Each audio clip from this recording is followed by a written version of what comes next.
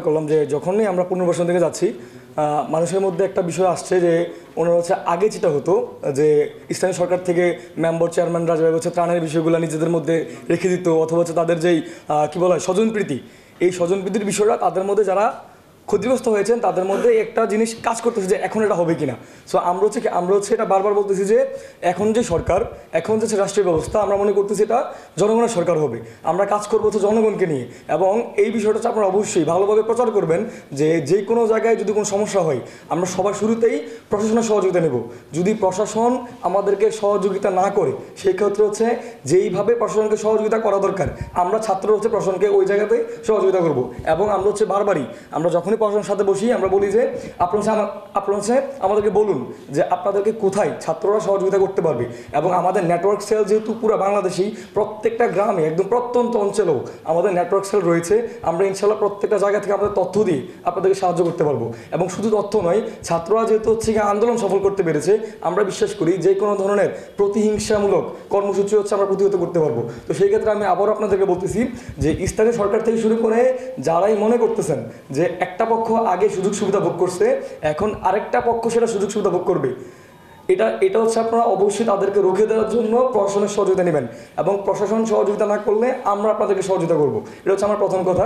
Second কথা হচ্ছে গিয়ে যখনই আমরা হচ্ছে আপনার পুনর্বাসনের দিকে চলে যাই, পুনর্বাসনের দিকে চলে যাওয়ার পরে দেখা যায় যে প্রথম দিকে যখন বন্যা শুরু হয় অনেক জায়গা থেকে ত্রাণ আসা শুরু করে, মানুষ হচ্ছে আপনার প্রচুর পরিমাণ সাহায্য সহযোগিতা করে, প্রচুর ভলেন্টিয়ার থাকে, আমাদের হচ্ছে আমরা দেখি যে উৎসাহী জনগণ অনেক থাকে। কিন্তু যখনই পুনর্বাসনের দিকে আস্তে আস্তে যাওয়া শুরু করে এই যে 1 মাস 1.5 মাস বা 2 মাসের একটা লেংদি প্রসেস, তখন হচ্ছে মানুষের সাহায্যের যে বিষয়টা সেটা আপনার তা হচ্ছে আপনার দিন দিন হচ্ছে কমে আসে। সো আপনারা হচ্ছে অবশ্যই আমাদের যারা শুভাকাঙ্ক্ষী আছেন, যারা আমাদেরকে বেসরকারিভাবে সহযোগিতা করতেছিলেন তাদেরকে হচ্ছে আমরা পুশ করবো যে আপনারা হচ্ছে তাদেরকে একটা লং টাইম প্রসিডিউরের মধ্যে সাহায্য সহযোগিতার মধ্যে নিয়ে আসবেন। কারণ যখনই আমরা একটা ল্যাংদি প্রসেসে যাই তখন দেখা যায় সাহায্যের মাত্রাটা অনেক বেশি কমে যায়।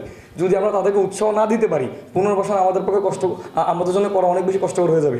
কারণ একটা নতুন সরকার ব্যবস্থা যখন শুরু হয় আমরা অবশ্যই জানি আমাদের অর্থনৈতিক অবস্থার বর্তমানে কেমন। তো আমরা অবশ্যই হচ্ছে আমাদেরকে এটা জানাতে চাই আমাদের যে নেটওয়ার্ক সেলগুলো আছে, আমাদের যে শুভাকাঙ্ক্ষীরা আছেন তাদেরকে হচ্ছে আমরা পুশ করবো যে এনিহাও আপনারা হচ্ছে আমাদেরকে সাহায্য করুন।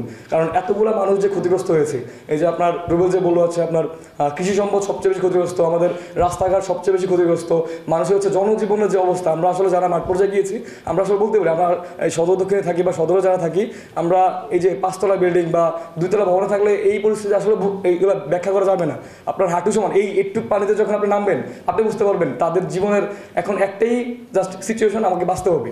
সো একটা মানুষ যখন বেঁচে যায়, যখন বেঁচে ফিরে, তখন তার অবলম্বন থাকে তার যে দিনাদিপাত প্রতিদিন সে কীভাবে সার্ভাইভ করবে ওটা তাকে হচ্ছে লক্ষ্য করা। তো সার্ভাইভ করতে হলে তাকে হচ্ছে কর্মসংস্থান করে দিতে হবে, তার বাড়িঘর ঠিক করে দেওয়া লাগবে, তার যাতায়াত ব্যবস্থা ঠিক রাখতে হবে। এখন এগুলো করার ক্ষেত্রে প্রশাসন তো অবশ্যই আমাদেরকে সাহায্য করবে, কিন্তু আমাদের পক্ষ থেকে থাকবে যে আমরা যতটুকু পারি আমাদের ব্যক্তিগত পর্যায় থেকে শুরু করে প্রাতিষ্ঠানিক পর্যায়ে যতটুকু পারি আমরা তাদের পাশে দাঁড়াবো।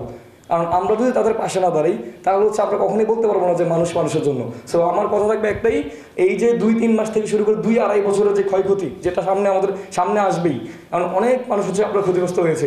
যদি আপনার পর্যালোচনা করেন আমি যেই জায়গাগুলো থেকে গিয়ে আসছি সেখানে প্রায় 82,000 পরিবার, 82,000 পরিবার যদি একদম পানির নিচে থাকে আপনি জাস্ট চিন্তা করেন যে কি পরিমাণ ক্ষতিগ্রস্ত তারা হয়েছেন।